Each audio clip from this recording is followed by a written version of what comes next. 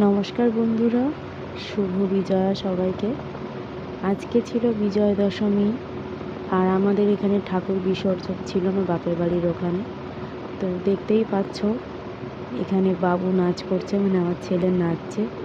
আগের বছরও খুব ছোট ছিল, নাচতে পারিনি, মানে তখন একদম কোলে।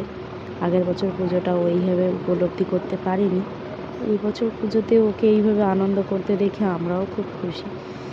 এবং আমি যেহেতু এই ইউটিউব বা আমার ফেসবুক যে চ্যানেলটা আছে, তাতে আমি বেশিরভাগই চেষ্টা করি শুধুমাত্র আমার বাবুর ভিডিও পোস্ট করার।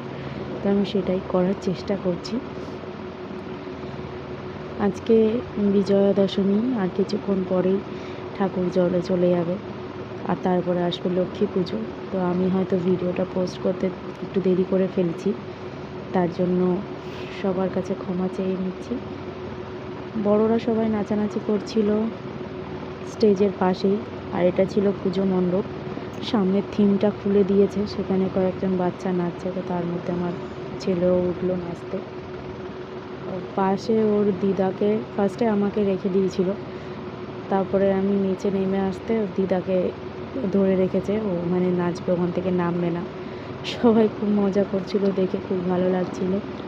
আর আমার তো বিজয়ার এই দিনটা আমার বাপের বাড়ির ওখানেই কাটাতে বেশি ভালো লাগে, কারণ আমি ছোট থেকেই ওখানটায় যে মানে পুজোটা আমি আনন্দ করে এসেছি, সেটা আমি এখনও পর্যন্ত এখানে মানে পেয়ে উঠি না।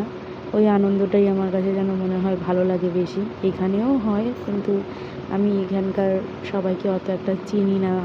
সিঁদুর খেলতে আমার একটা অতটা মানে হয়ে ওঠে না।